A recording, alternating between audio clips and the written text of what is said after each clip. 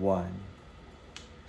Mr. Speaker, ladies and gentlemen, the problem with prioritizing the economy first, as opposed to taking care of the environment, is that it can lead to an inflection point wherein you kill a river, you destroy a forest, and you eventually run out of resources to the point in which you become beholden to having to import and buy a lot of these resources from other people, which ironically makes it more expensive in the long run and ultimately wrecks the quality of life of the most vulnerable, the poor, and those who are marginalized in those societies, the very people you wanted to care about from the beginning. The case of the previous speaker is a whole lot of hyperbolic discounting and procrastination. This debate isn't really about what is more important, the environment or the economy. They're both important, but uniquely we have to nuance this to what exactly that claim to the right to burn does and how this actually gets in the way and stifles particular discussions. Just because we want to do something doesn't make it an overriding metric for why it should be done that particular way. Yes, developing countries want to continue using carbon, especially with these products related to growing their economy, but just because they want to do it doesn't mean that we should support their claim to that particular right, nor does it make that right an absolute good. Because we've seen this song and dance before, we've played these games before, and what we ultimately see is that this is a delaying tactic that they use in the domestic and international community every time we go to fucking Davos or something or have some environmental conference. What this does is that it gets in the way of being able to transition to green technology and renewables in the guise of putting economic development first as their utmost priority, just because they are poorer and just because they are most disenfranchised.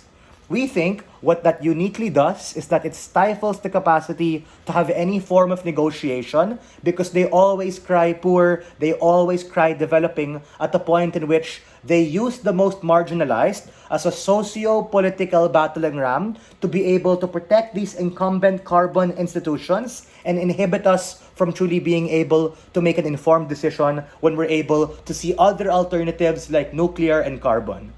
A few features of our model we think are very relevant to this debate.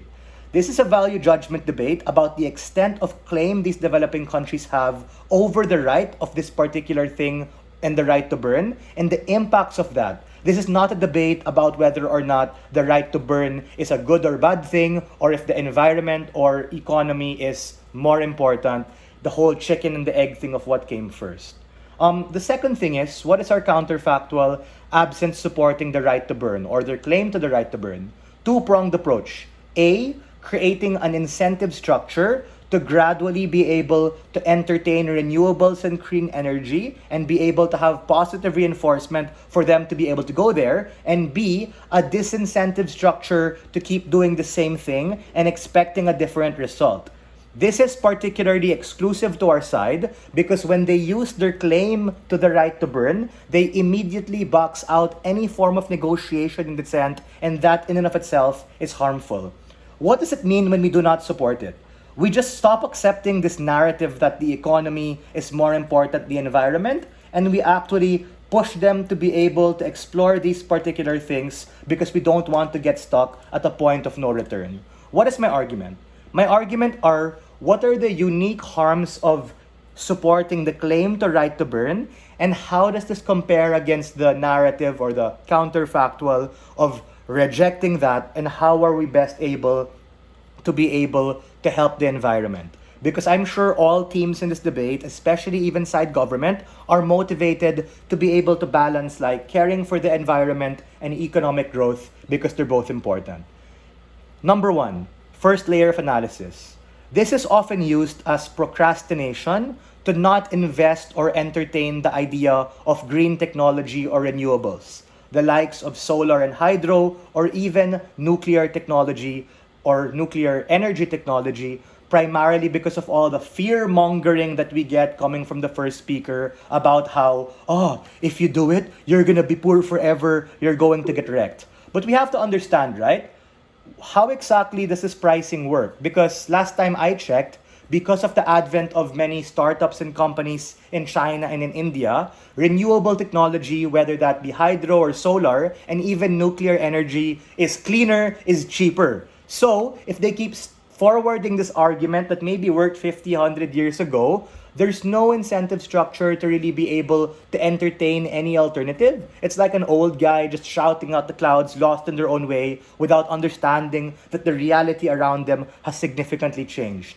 Uniquely, we have to understand that what got to where we are right now won't necessarily get us to where we want to be. And ironically enough, developing countries are the ones who are most disproportionately affected by things like pollution, by things like being able to wreck the economy, and tsunamis and all that stuff because of melted ice caps. I'll take a PUI. Go for it.